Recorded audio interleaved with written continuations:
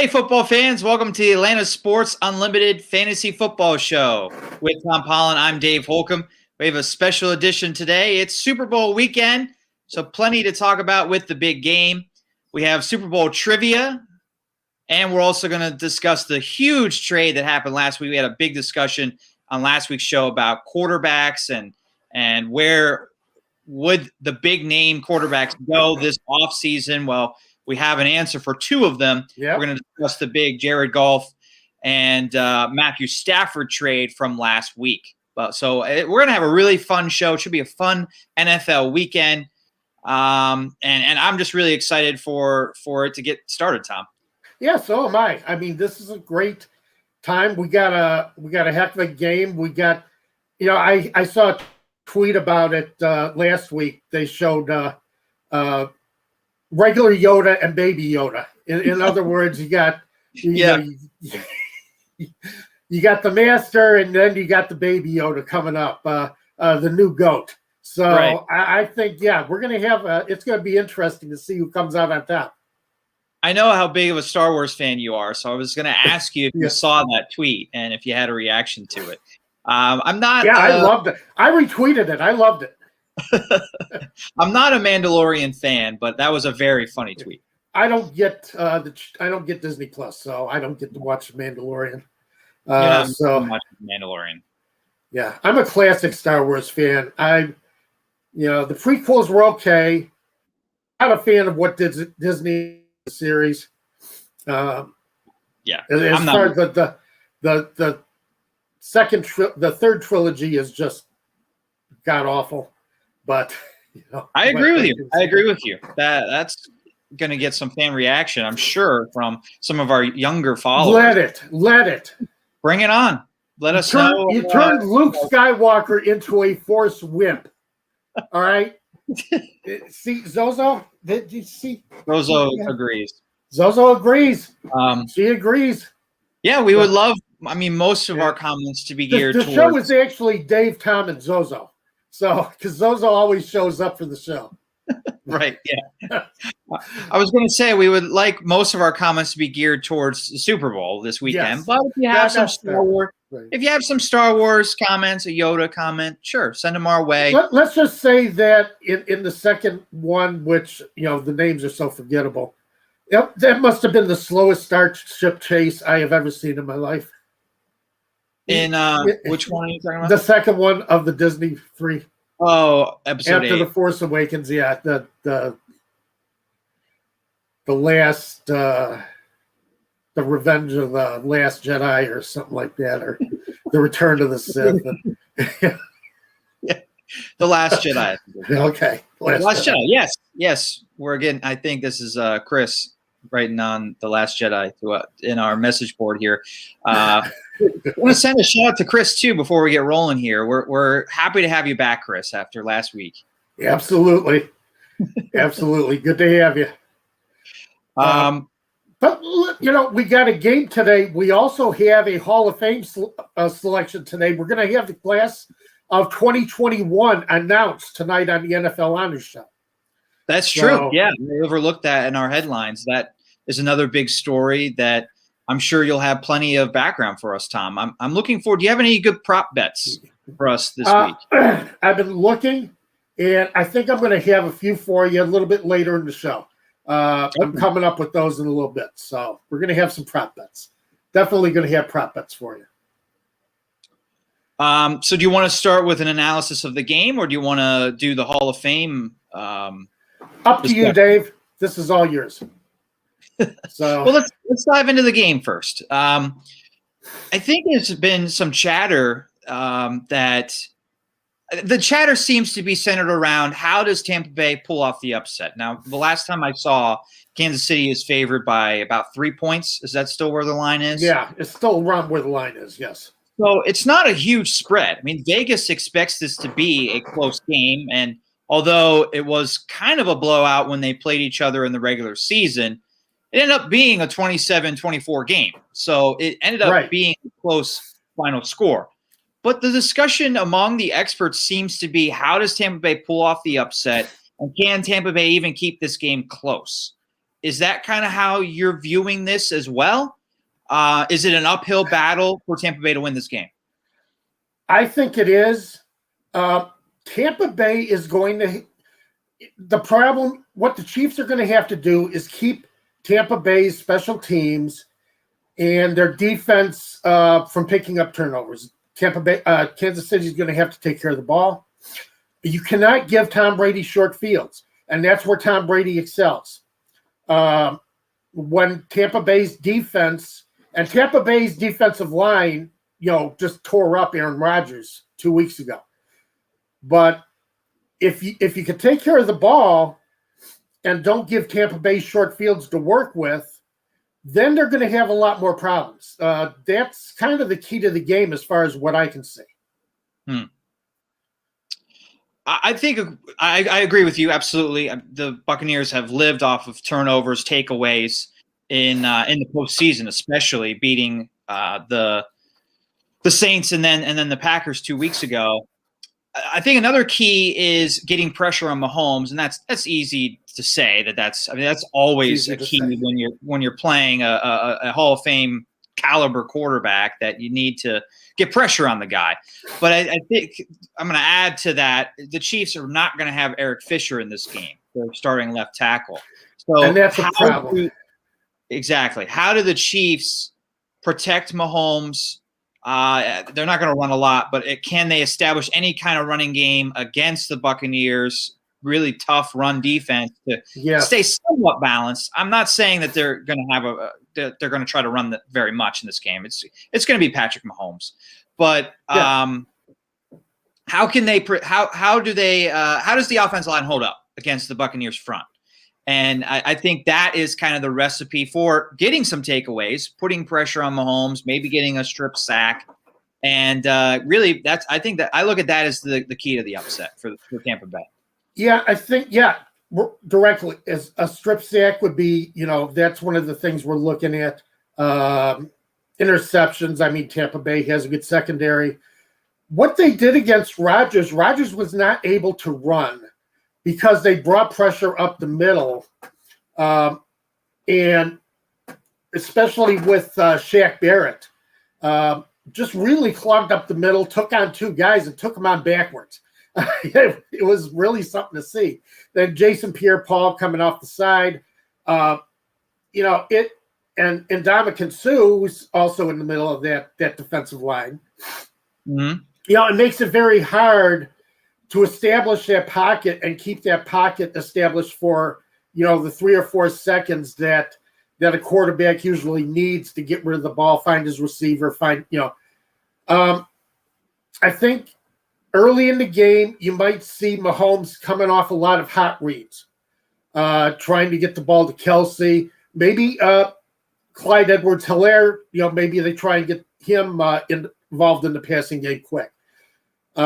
Anything they can do to get the hot reads going and keep the Packers' defensive line from kind of, pulling the horns back and just, going straight ahead at Mahomes.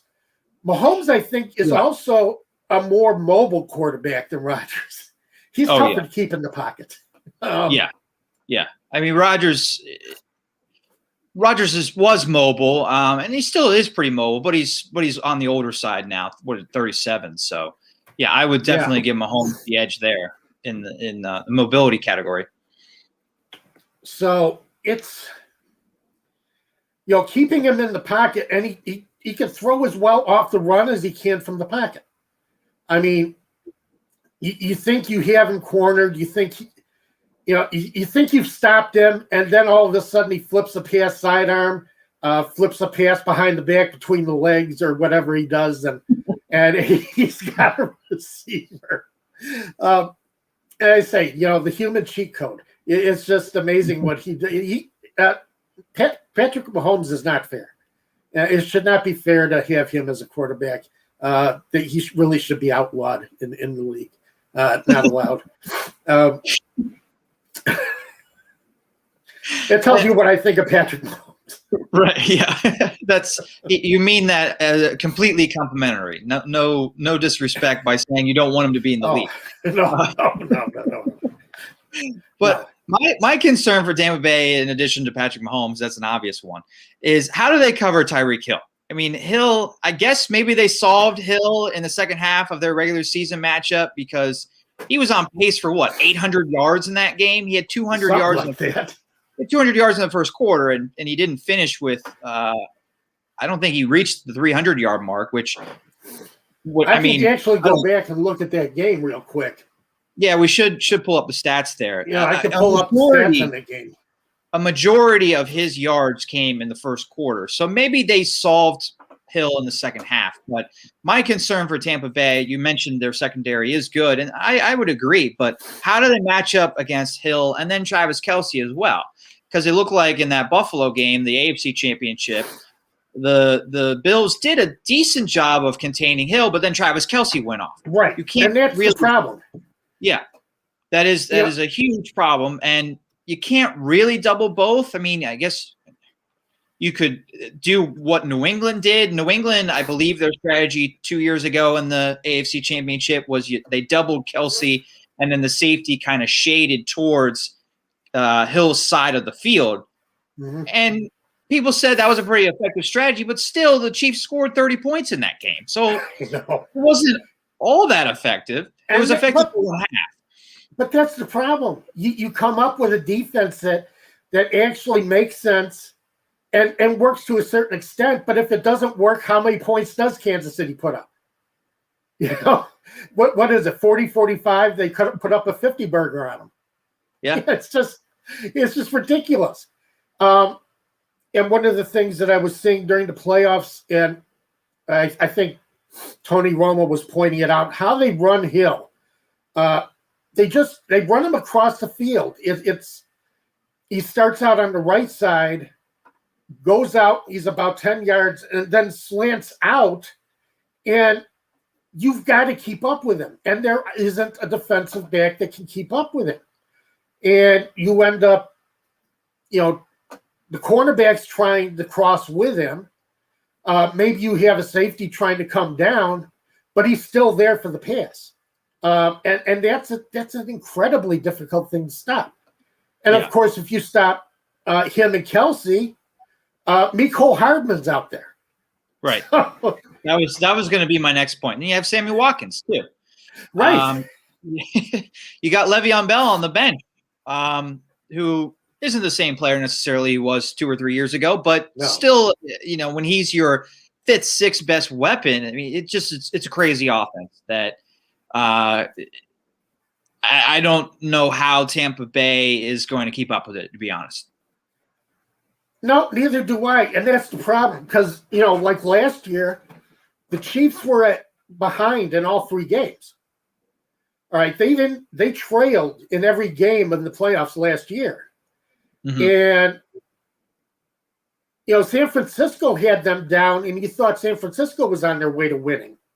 Right. And all of a sudden, it comes apart on you. Keeping them under control for 4 quarters is a tough thing.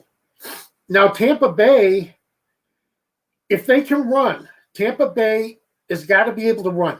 Beating Kansas City means you run the football. You keep Mahomes on the sideline watching the game.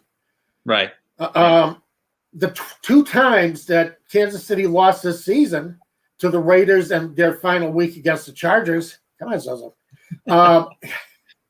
She wants to be on camera. I don't know what it is. She loves the spotlight. But both teams outgained the Chiefs on the ground, and both won the time of possession. Mm-hmm. So it's – and you can run on the Chiefs. You can run on them. But – you got to come in kind of like with that perfect game plan. Yeah. And, I don't put it past Bruce Arians to do it. Bruce Arians is one of the best coaches in the NFL. I mean, the guy is incredible. Yeah. So, very good coach. Very good coach. I don't put anything past him. But if Ronald Jones and Leonard Fournette get off, that could be a problem for Kansas City. So let's see. In that game earlier in the season, Tyreek Hill had 269 yards on 13 carries. Targeted 15 times, 13 receptions, 269 yards, 3 touchdowns. I want to say he had about 211 or 208, something like that in the first quarter. So yeah, probably he didn't do much in the last 3 quarters. But I mean, I don't want to sound like I'm being critical. I mean, he had 200 yards in the first quarter, but maybe Tampa Bay did something that would be able to they can carry over into this game, perhaps. But yeah, but you look at it, Travis Kelce was targeted 8 times, 8 receptions, 82 yards. Yeah. So maybe you shut down Tyreek Hill, but yeah, Travis Kelce had a perfect day. So what were the Buccaneers' run stats in that game? Ronald Jones ran 9 times for 66 yards, Fournette 3 times for 10 yards, but Fournette's been running better as the season's gone on. So another key is Tampa Bay cannot fall behind early. Tampa Bay, as you said, they need to run the ball, and if in this modern NFL era, teams just get so they abandon the run so quickly when they're behind by even a touchdown. You just throw the running game out the window, and so it's just paramount that Tampa Bay cannot fall behind. They cannot fall behind this game. Absolutely, no, you're not going to do it. As good as Brady is, you're still looking at a 43-year-old quarterback who. I don't know. It keeps driving me nuts because that's the thing with Brady. He shouldn't be doing at this age what he's doing. Right. And I don't want to count him out. I mean, I hate to bring up our previous picks because our playoff picks haven't been great, Tom. Particularly mine. I'll put myself out there first. But, we picked against Brady, against the Saints. We picked the Saints to win. We picked the Packers to win. And Brady surprises us. Brady, we keep counting him out at his age or being a wild card team, whatever it is. And he just continues to surprise us. And I don't want to, I almost hate to take the Chiefs because it's going to be the same thing again. If Brady wins, it's like, oh, how did I pick against Brady? Haven't I learned my lesson yet? Yes. But at the same time, some of those throws in Lambeau, and maybe it was partially the cold weather, and he's going to be playing a home game essentially tomorrow. But 3 interceptions in the second half against the Packers. Some of those throws he just kind of threw up there, and not particularly looking. He looked really sharp in the first quarter, and I said to myself in the first quarter, "Wow, we're going to have a classic Brady Rodgers matchup where just both quarterbacks go back and forth." And then it kind of became Brady was just – and the Buccaneers were trying to run the ball and just hold on. And 3rd and long situations, Brady not some bad throws, some questionable decisions. And I mean, what was your reaction to that? Did you think we're going to get the first quarter Brady from the NFC Championship game, or do you have concerns from those 3 interceptions?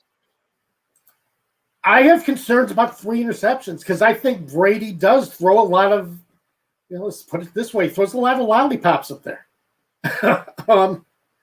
And it's a tough thing because away with it a lot of times, and maybe that's because, he's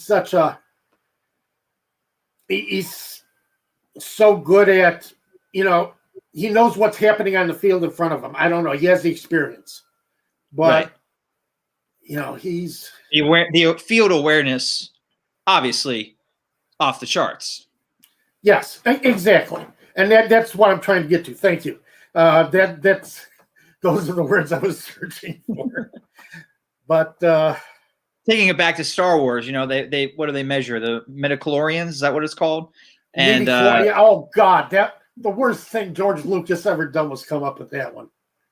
And I'm going to reference episode 1, and they test Anakin Skywalker, and he's off the charts with his midichlorians, whatever that means.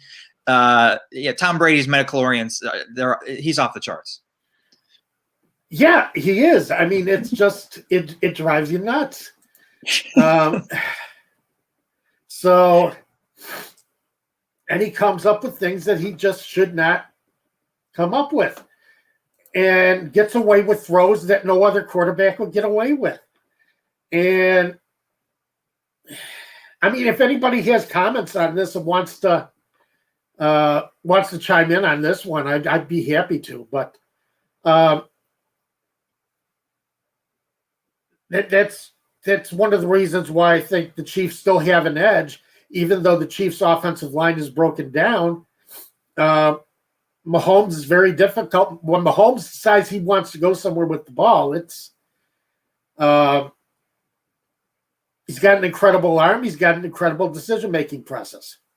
So, yeah, this game is being billed Mahomes versus Brady, and why not? I mean, it's basically Michael Jordan versus LeBron James. We never got that. Yeah. We never got that matchup in the NBA, but that's basically what it's like, NFL equivalent, if you will. But in order to win this game, the Buccaneers can't get into a quarterback gunslinging show. They're not going to keep up with Mahomes. No. If Brady was a few years younger, then I think that would be entertaining and that would be a fair fight. But at his age now, I think the Buccaneers, as we've said, the Buccaneers have to run the ball. They have to pressure Mahomes. They have to create takeaways. That is their key to success in this game, not Brady throwing for 400 yards. Exactly. You're right. So, and you're right on target there, Dave. Couldn't have said it better.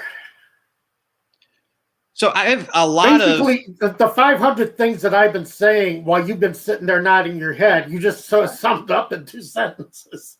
Well, I'm absorbing what you're saying, and I condensed it.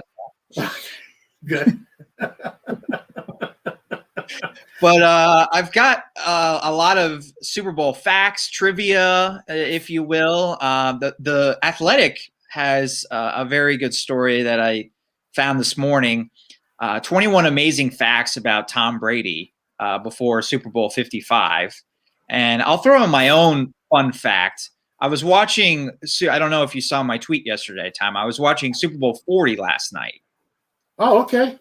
It was the 15th anniversary of the first Super Bowl win that I saw the Steelers win 15 years ago yesterday. So I was rewatching that game, and you know who did the coin toss? Oh, God. Don't overthink it.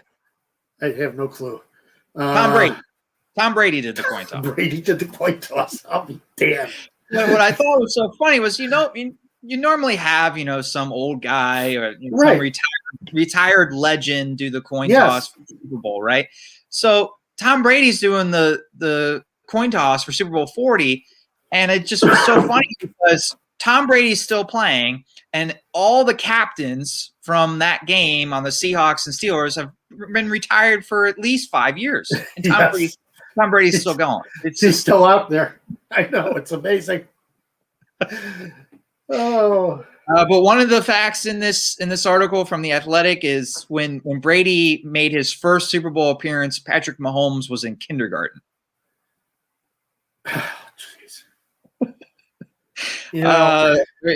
When Brady made his NFL debut in 2000, Buccaneers offensive coordinator Byron Leftwich was a sophomore at Marshall. Oh, that's great.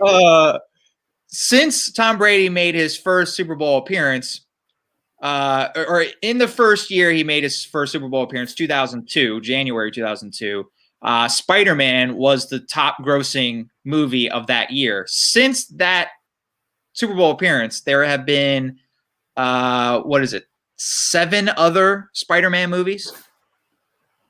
Close, yeah. I think that. Because you have the 2 Tobey Maguire ones, you have the 2 other guy ones, then you have the Legos one, I think there was, and an animated one. It's just crazy. Yes. Yeah. All right. How about this one? Tom Brady has beaten 27 quarterbacks in the playoffs. 27. That's incredible. I never would have come close to guessing that. Never. Never would have come It close. makes sense because how many wins does he have in the playoffs? Like 35 or something like that? Give me just 1 second. I got the handy dandy stats right. I think it's 30. I think it's 33, if my counting is right, because he's beaten four quarterbacks twice, and then he beat Phillip Rivers. Poor Rivers. He's beaten Rivers 3 times in the playoffs. Yeah, just terrible. Yeah, Phillip Rivers just never had a chance against him. Rivers never had a chance against too many quarterbacks.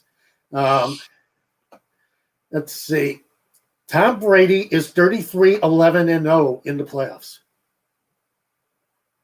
Doesn't have a tie? Nope. No ties. No ties. Sorry. 33-11. Doesn't quite come up. Yeah. Interesting is he does not have a very good passer rating in the playoffs. Really? 89.9 is his passer rating, is his playoff passer rating. He had a 73.8 passer rating last week against the Packers. Yeah. So he did not really outplay Green Bay last week. Yeah, I agree. I mean, he did not have a good second half. I don't want to say he was bad. I don't know if it'd go that far, but I mean, he was below average for sure. And that in the second half, he had it's funny how, the narratives are so reliant on the result, because when Tampa Bay won the game, it was all about, well, Tom Brady's back in the Super Bowl, this and that, blah, blah, blah. But if they had lost that game, if Aaron Rodgers runs on third down to score the touchdown and they tie it up with a 2-point conversion and they win in overtime, then the conversation becomes, well, Brady doesn't have it anymore. He had 3 interceptions in the second half. Right. So, Yeah, it's amazing how that works. And then we'd be talking about Super Bowl 1 all week. So, yeah, we'd basically be talking to everybody who's still living who played in Super Bowl 1. Mm-hmm. Len Dawson would come out and toss the coin, and maybe they'd have Len Dawson and Tom Brady toss the coin. Yeah, you never know, right? So, but I got one more Tom Brady question. I'll put this in trivia. Okay. Question form. So he is the 4th quarterback to make it to the Super Bowl with 2 different teams. Do you know the other 3 quarterbacks? To make it to the Super Bowl with two different teams? 2 different teams. Start the Super Bowl as a quarterback with 2 teams. 2 of them are pretty recent. 2 of them are pretty recent. Kurt Warner. Kurt Warner is correct. Oh,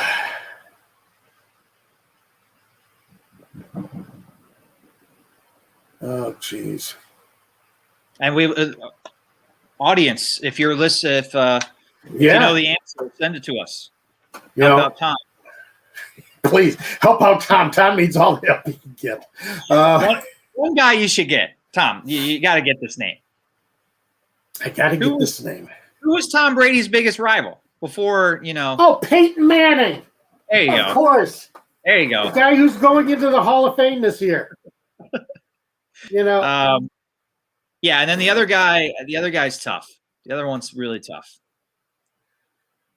Oh, the other one's really tough, huh? Yep. Yeah, that's what you always say. He didn't win either one. So.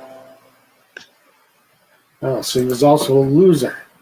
Oh, we have a loser. We have a correct answer from Gary in Delaware. We do. Let's hear it. Chris, can you put it up on the screen? There it is. Craig Morton. Craig Morton. Of course. Cowboys and Broncos. Yep. Yes. Yep, those are the 3.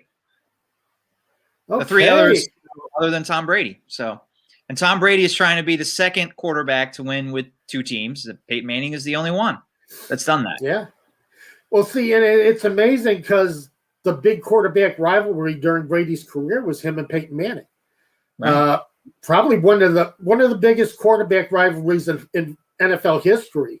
There's been a couple others, but But Brady and Manning are definitely, near the top of the list, if not at the top of the list as far as quarterback rivalries. They've played some epic games against each other, and their names are going to be linked, through all time as far as the NFL.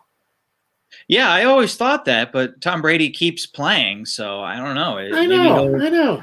Maybe he'll be linked with Mahomes, and Mahomes will be like 35 when Brady finally retires. No, Mahomes is going to have his own name linked with kind of guys like Watson or Allen or.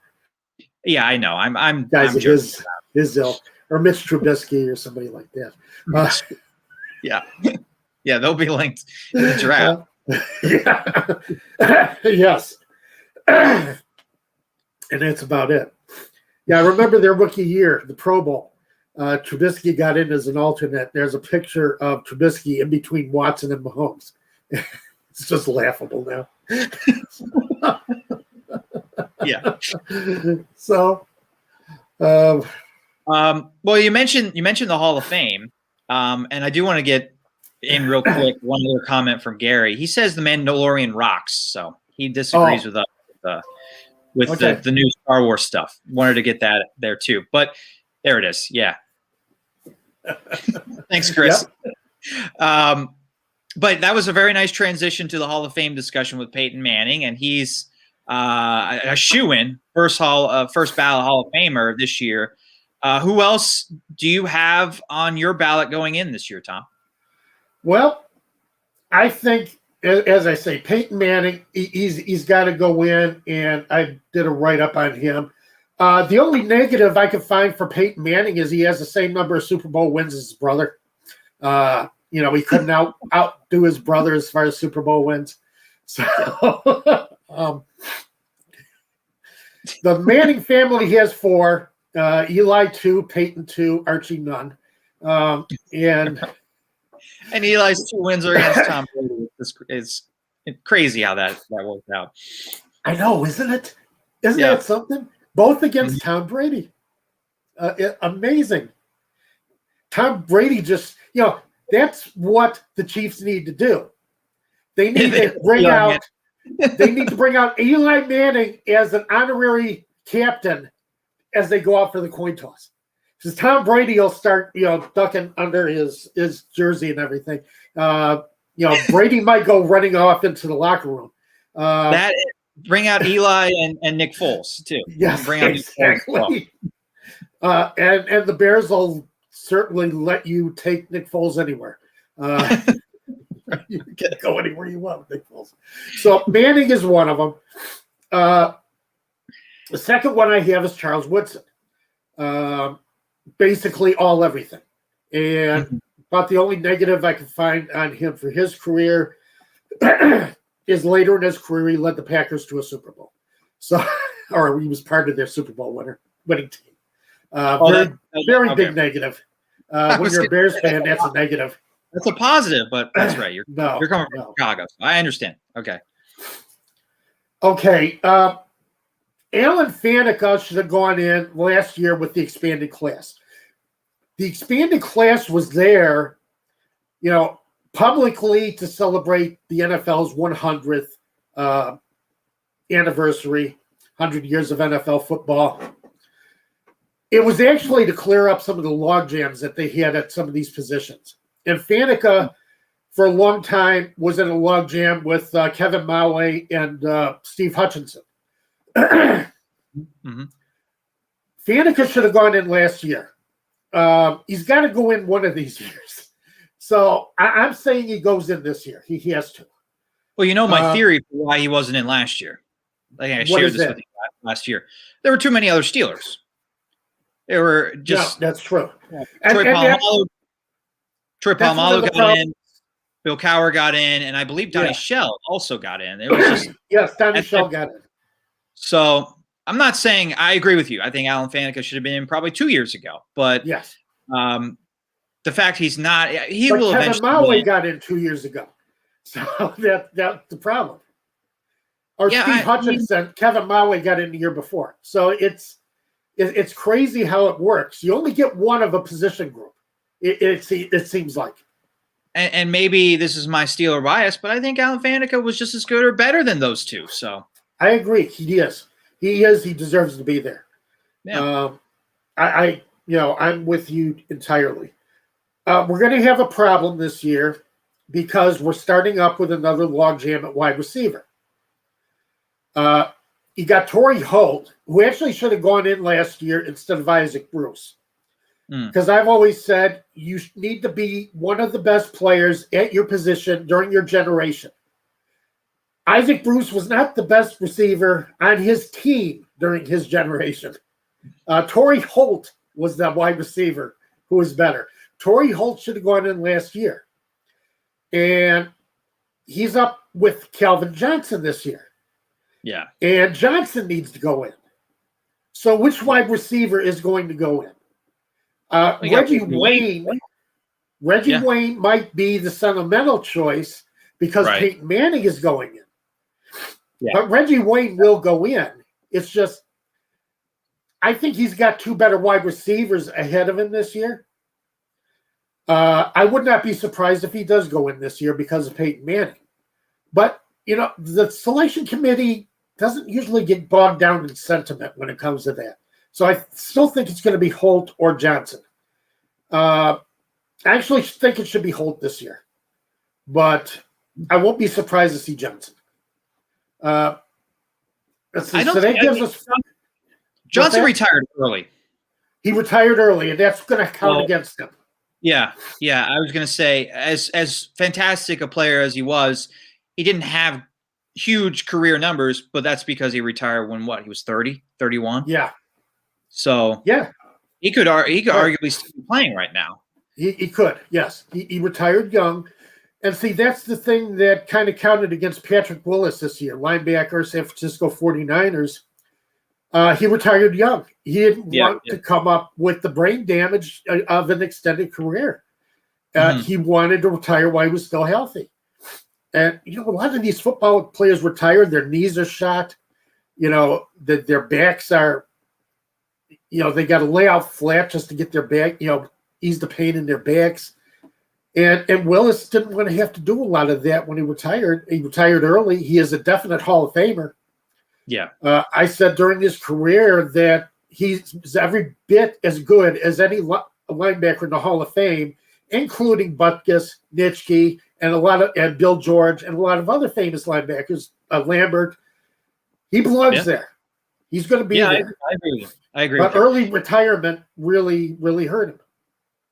So I think he'll eventually get there. He did play, even though he retired early. Didn't he play still almost a decade? How many years did he play? 7 years. I think about 7 years. Oh, okay. He played. So I think he's going to be there. Then you got another logjam because you got a defensive logjam. And let me say one thing: John Lynch keeps coming up on the finalist group. I wish. No.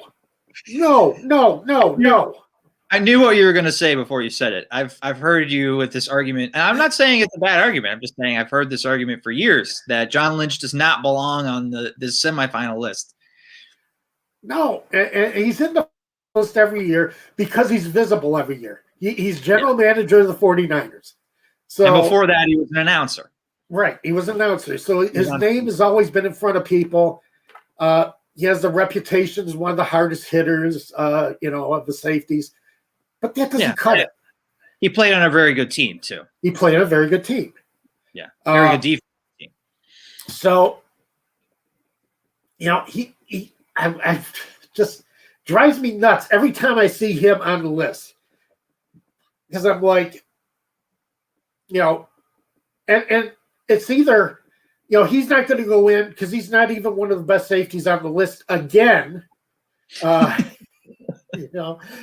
Woodson, who played safety and cornerback, but you also have Leroy Butler, who very well could go in this year, but he probably won't because Woodson played for the Packers, Butler played for the Packers, they played similar positions. You can go nuts trying to figure out the Hall of Fame selection committee and trying to outthink them. You cannot outthink them because every time you think you have them, they'll blow up your mind again. Mm-hmm. So that's another thing. He's not as good as Leroy Butler, and Butler's going to be on there. I don't know. I'm going to give you some names, and I want to see who you think should go in as the fifth. There's only 5 modern era players that can go in. So I'm going to give you some names. We've gone over a few. Okay. Tony Baselli, Rondé Barber. Let's see. I'm going through my list here. Sam Mills, Richard Seymour, Zach Thomas. Out of those names, who would you take? You want me to pick how many? How many do you want me to pick? One. We got the other 4 covered. Who are the other 4 again? Peyton, Torrey Holt, Alan Faneca, Leroy Butler. Is that the 4? Yeah. Oh, we only have 3. You can pick 2 out of that list. Wow. Go ahead, pick 2 out of that list. I miscounted.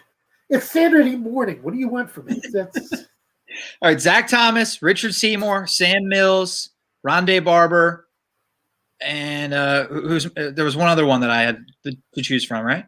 Zach Thomas. I think I said him. Okay. Okay. I'll give it to you again. Write these down.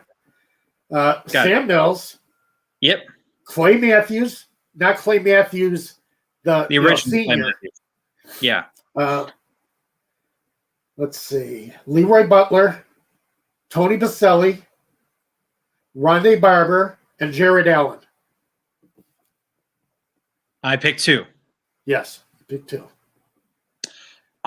Without much review, I'd have to go back and look at their stats. But off the top of my head, I would go with Tony Baselli and Rondé Barber.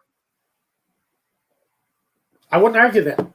I think that's perfectly fine. I think Rondé Barber was a much bigger part of the Buccaneers defense than John Lynch was. Yes, exactly. I think Barber is the choice in that secondary for Hall of Fame. You got Warren Sapp, the lineman represented on that team, and yes, Derek Brooks is in as well. Yes. That's the linebacker on that 2002 team. I think Barber should be the secondary choice. So do I. And Baselli had a very long, successful career for an expansion team. So no, Baselli had a short career, and that's what's worked against him. You're right. He had knee injuries. He had a short career. Played essentially 5 years, but was an All-Pro all 5 of those seasons as a left tackle. Right, I got him mixed up. Sorry, he was a dominant player for an expansion team. Yeah, and that people forget that Jaguars team went 14-2 one season. Almost made the Super Bowl their second season. So. And that's not even the season I'm talking about. The 14-2 season was, I think, 1999. And the only team they lost to that year was Tennessee. They lost to Tennessee 3 times. Yeah, it's amazing. That was an actually very good team under Tom Coughlin. Yeah, that was very, very good. Very good run under Coughlin, and Baselli was a big part of that. And yes, he was. I think he should be in the Hall of Fame. Yeah. So do I. But again, you run into the problem of the selection committee bias. If you're going to have Alan Faneca, it's tough to have Tony Baselli. They don't like inducting offensive linemen for some reason. It's tough as an offensive lineman. Part of the reason is because you don't have counting stats. Yeah. And that's a big problem for offensive linemen. All right, so give me the 5 that you think should be in, and then give me the 5 that are going to get in. How about that? All right. I think Manning, Woodson, Alan Faneca.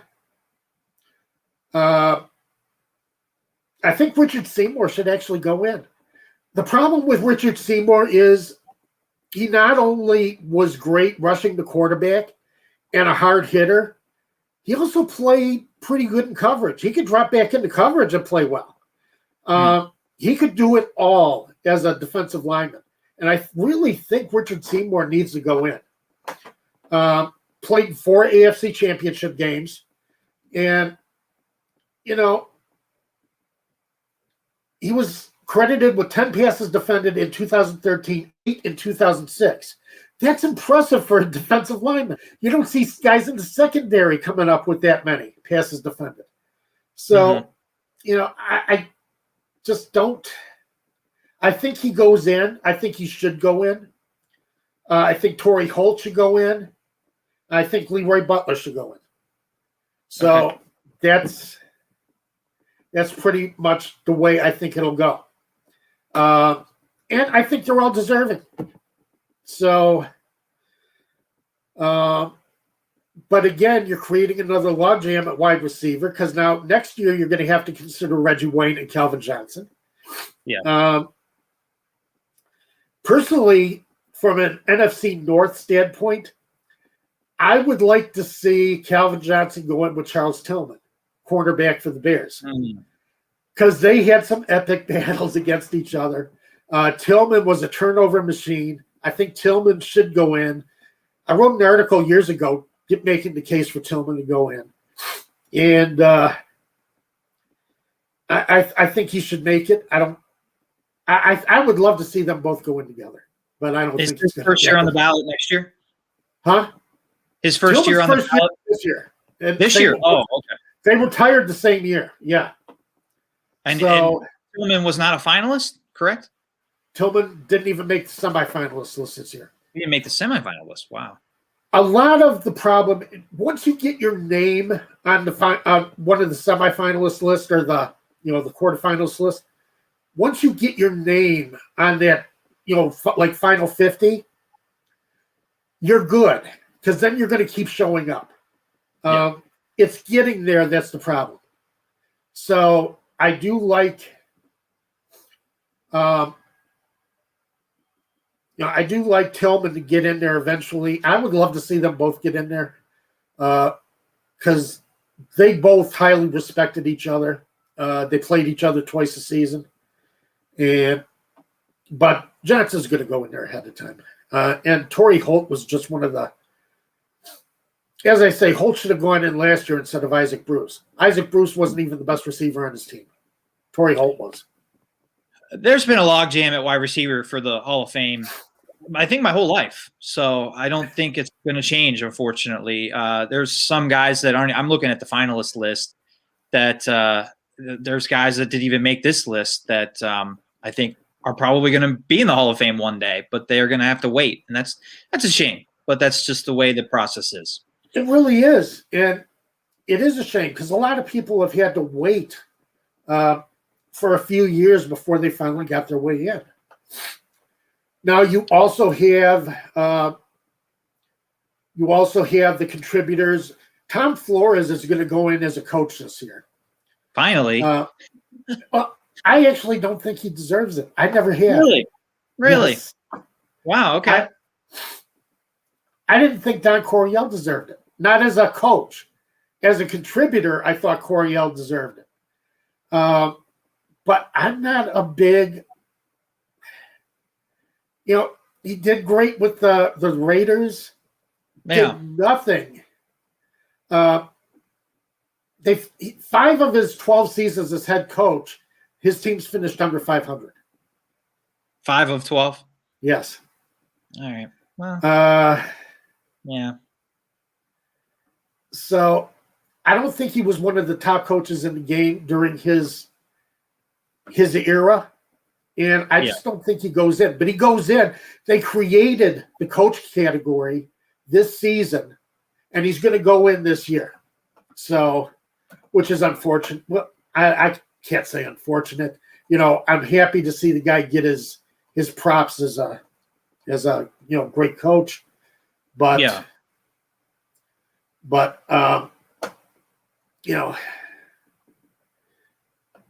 it's just going to be the way it is.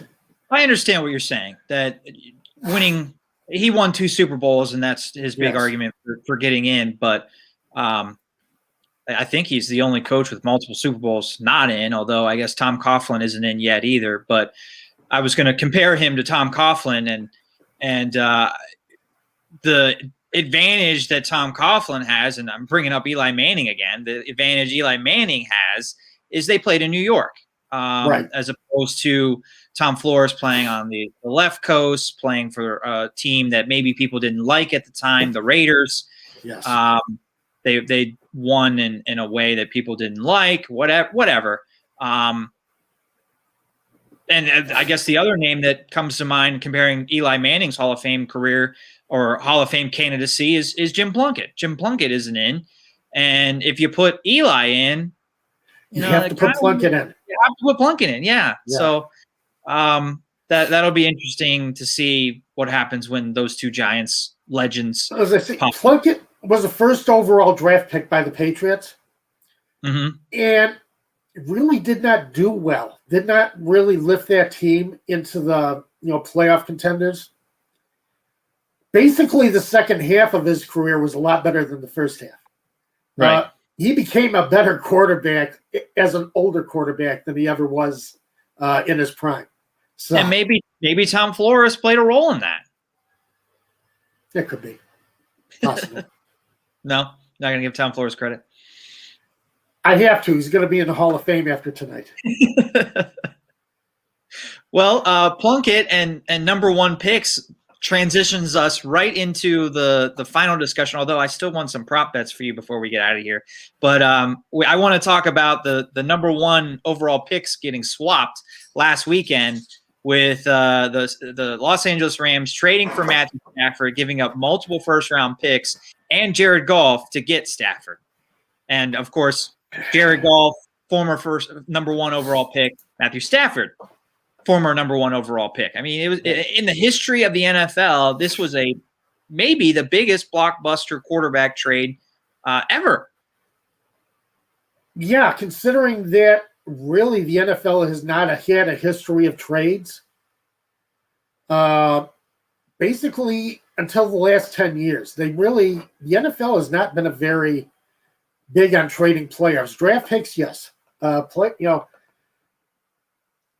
It's going to be interesting to see what Stafford can do out in Los Angeles with Sean McVay as his head coach. Yeah. Even when he made the playoffs, so Stafford does not beat teams with winning records. When he faces a team with a winning record, he usually loses. And that's been his career. Now, is that the Lions? And does he do better with the Rams? That's the question. That's the $1 million question. That's the question I would ask you. What do you think? I don't think he was worth what they gave up to get him.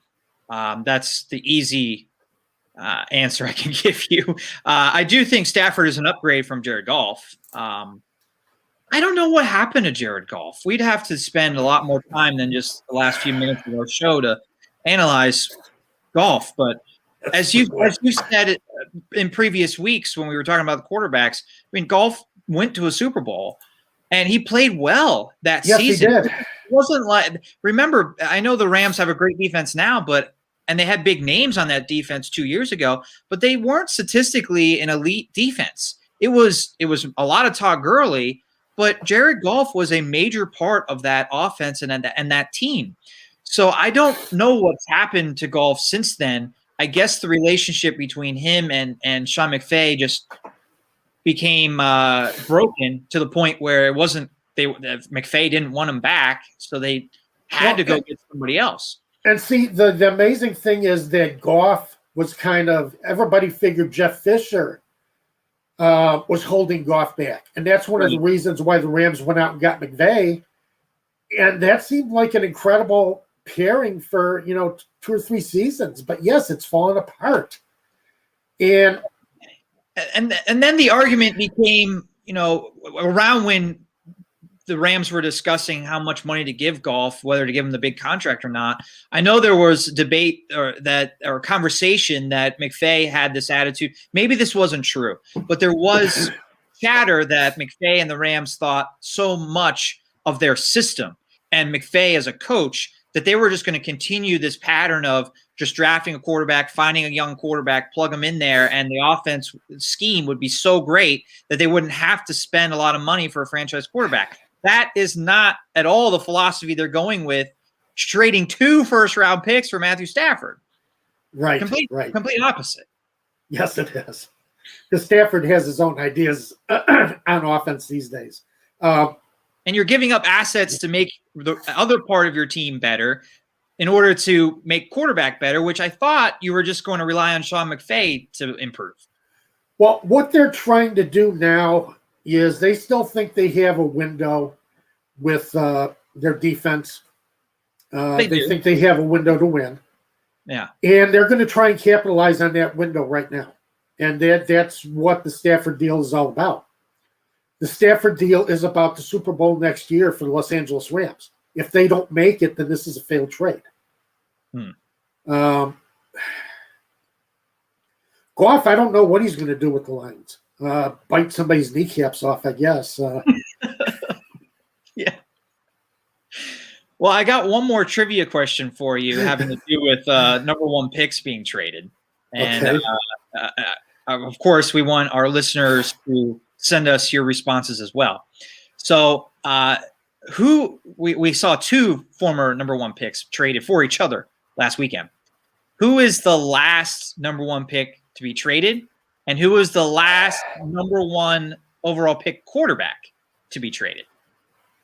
I thought I had to dive into – I was curious what the answer would be, and that's why I was thinking about this during the week and was going to make this a trivia question, and I thought I was going to have to go way back to find the answers. I really didn't have to. I didn't have to. It's pretty recent. Jameis Winston. He was not traded. Or he wasn't traded. That's right.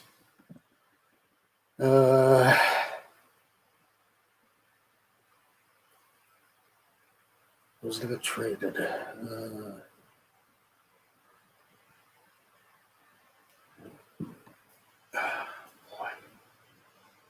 So the last number 1 pick to be traded was last year.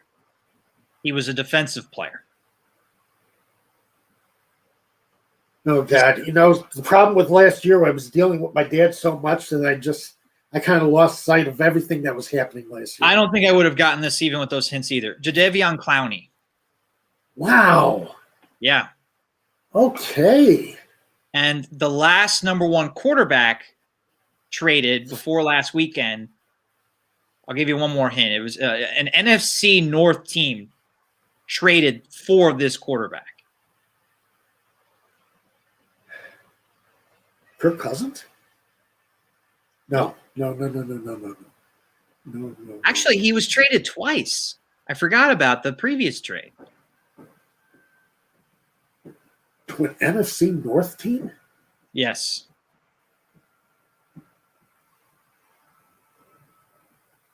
We don't have any responses from our audience either, so I guess I've stumped everybody. Yeah. The answer is Sam Bradford. Ah, okay. Yeah. Yes. Yeah, and from the research, I could be missing somebody because I did this by hand. I didn't find the answer from anybody. I found 4 quarterbacks, number 1 taken quarterbacks traded, again, before last weekend. Bradford, I forgot he was traded twice. I was going to ask you, one of these guys was, besides Bradford, one of these guys was traded twice as well. And I was going to ask you that question. Bradford also was traded twice. Alex Smith is another answer. Drew Bledsoe was traded. Yeah. And as was Carson Palmer. That's true. Right. The Cardinals. So, yeah, well, I mean, the Bengals thought Palmer's career was over. So, that. And they drafted Andy Dalton. And I guess Palmer, I forgot about this. I was reading it last night. Palmer kind of retired. Then he wanted to come back. And the Bengals just shipped him to Oakland, where his career kind of died. And then he rejuvenated it in Arizona. But with Bruce Arians. Right. Bruce Arians just works magic with quarterbacks. That's one of the reasons why I say never count Tampa Bay out. Not necessarily because of Brady, but Bruce Arians is one hell of a coach. He is. He really is. And that brings us back. The coaching story for tomorrow is fascinating. Andy Reid against Bruce Arians. That's just a heavyweight matchup. and I'm not talking about the way they look. Just two of the best coaches in the game. Period. Agreed. Yeah, and it would be nice to see Arians get a ring. He has a ring as an assistant coach, but it would be nice to get a ring as a head coach. And Reed, of course, was that guy that everybody was rooting for, and he finally broke through, got it last year. Right. Yep. So we got to wrap up here, but I want to hear some prop bets. Do you have any prop bets for the game? Okay. Yes, I do. Let's do some quick prop bets. Patrick Mahomes passing yards over under 329. What do you think? It's hard not to go over. How many? You have the yardage he had last year in the Super Bowl? I can come up with that real quick if you would like. I could come up with that very quick if my computer would just do what it's supposed to do. I'm trying to look it up as well. I would say over. You would say over. Yeah. Last year, God, my computer's just moving slow all of a sudden. And I know we want to get to this and get it up there. Okay. Last year, he had 286 yards, 26 of 42. Okay. Yeah, I think that's 2 interceptions. I think that's sneaky. That's a sneaky Vegas bet that a lot of people are probably going to go over with, and he might finish just shy of that. But it's Mahomes, so I'll go over. Okay. Here we go. Tom Brady interceptions, 0.5. Over or under. Either he throws 0 interceptions and you go under, or he throws 1 and you go over. I think he'll throw at least 1. Yeah, I'll over. Okay. So we got Tom Brady's interceptions. We like that one. Tyreek Hill receiving yards, over under 94.5. I guess I'm going to go over. If Mahomes is going to have 330, I think Hill's probably going to have 100. Yeah, that very well could be. Yeah. Leonard Fournette rushing yards, over under 50.5. Over. Over, because he's been running a lot better. Let's see. Now there's some team ones too. Either team to miss an extra point, yes or no? I'll say yes. Okay. Harrison Buckner has been missing extra points, so he sure has been. Yeah. I'll definitely say yes. First offensive play from scrimmage, pass or run. You can bet on anything, Dave. Coin toss outcome, heads or tails. Got a 50% shot. Dude. I don't know. Tom Brady, here's a good one. Tom Brady's total rushing yards, over or under half a yard? I'll go over. The sack yardage doesn't count towards his rushing yards, right? No. Yeah, so I'll go. I will go over half a yard. Color of Gatorade bath, red or clear? What about blue? Well, they're saying clear means any other outcome. Oh, green, blue, that kind of thing. Yeah. Well, then clear is the option to go with. Are we going to have a big man touchdown? Yes or no? Offensive or defensive lineman? I would love to say yes because I would love to see it, but the likelihood is no. Likelihood is no. I agree. Yeah. Total successful field goals, over or under 3.5? I'll go over. I guess I'm expecting a lot of points and yards, so based on these. Well, we're gonna see. We can bring these back next week. Total players to attempt to pass, over or under 2.5? In other words, will somebody besides Mahomes or Brady attempt to pass? Yeah, Chad Henne will get in there and then throw a pass. If it's a blowout, you don't know. It might be. Yeah, but will he get in? Will he be able to throw a pass though? If it's a blowout. That's true. That's true. That's a good way to do it. First team to call a timeout: Bucks or Chiefs. I'll go with the Bucks. Tom Brady will get frustrated because a lineman will line up in the wrong spot, and they'll call a timeout on their first drive. How about that? Bold prediction. Outcome of the first coaches challenge: play stands or overturned. Depends on how bad the call is. Oh God! I know these are just great. I love these things. Okay. I'll go stance. Okay. Wide receiver with the most receiving yards: Mike Evans or Tyreek Hill. That's a good one. Tyreek Hill. Okay. Will Patrick Mahomes throw a pass with his left hand? Yes or no? No. No. Okay. No.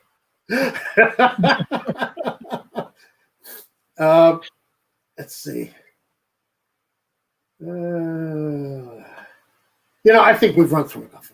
We've done a good job. Well, those are really fun, and I'll have to write down my responses, and we'll see how many are right tomorrow night. It's going to be a great game.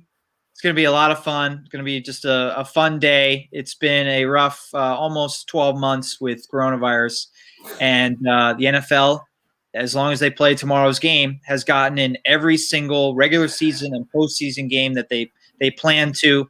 And as much as painful as it was at times, teams taking multiple planes to places, playing games on Tuesday, Wednesday, Monday afternoon. Yeah. But they got in every single game. And this is the first season where we've had a game played on every single day of the week. Yeah, I think it is. I think you're right.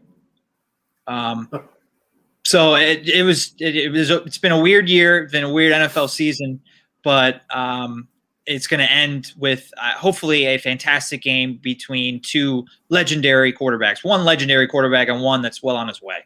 Yes, agreed. Thanks for tuning in. We will have a full game recap, I think, of the Super Bowl next week and talk off season, of course. And we'll transition back into more fantasy football as the month goes on. So make sure you tune in every Saturday, noon Eastern, 11 a.m. Central. Follow Tom on Twitter at TJ Pollen, me at DM Holcomb. Thanks, everyone. Thanks to Chris. We love having you back. Great having you produce the show. And we'll be back next Saturday.